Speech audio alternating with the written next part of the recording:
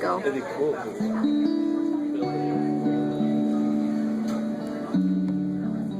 A couple of independent, apolitical thoughts on war profiteering. Northrop Grumman CEO Wes Bush made $22.84 million last year. Lockheed Martin CEO Robert Stevens made $21.89. Boeing CEO James McNerney made $19.4 million. And you know, I don't have a single problem with any of those guys making that kind of money, or anyone else for that matter.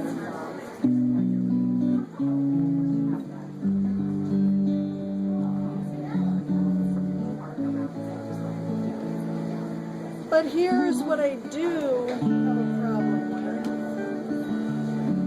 with. Lockheed Martin spent $12.7 million lobbying Congress this year.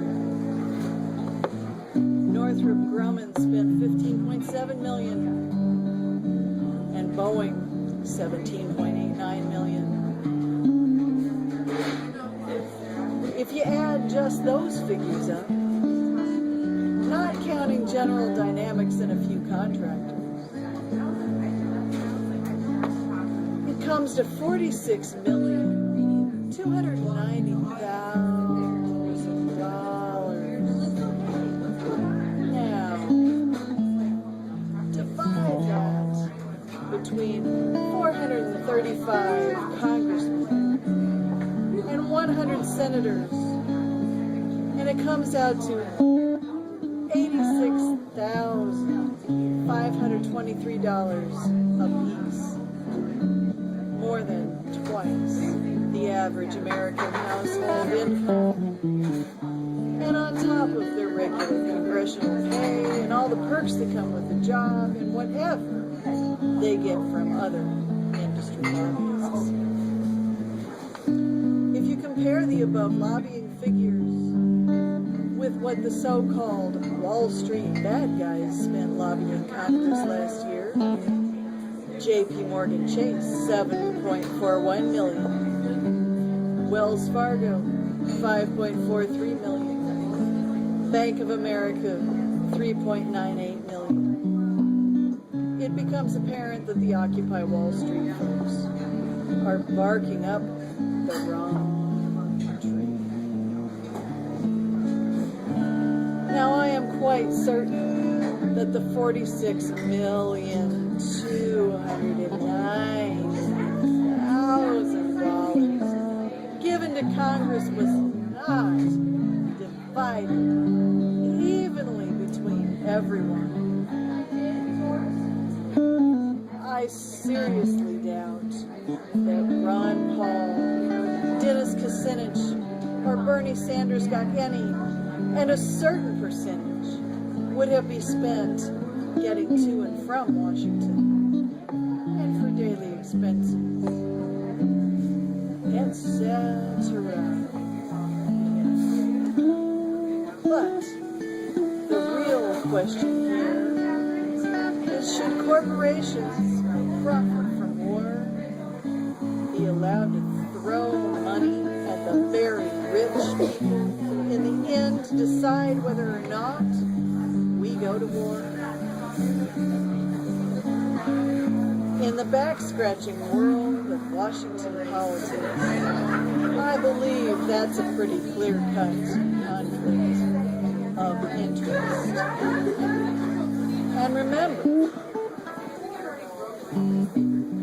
the money these companies are throwing around was paid to them out of your tax dollars. I may also have a personal problem with the idea that none of the money spent lobbying was either used to create additional jobs or given to the families of the thousands of servicemen killed in combat over the last decade in actions that were actively lobbied for by the then CEOs of these and other defense companies.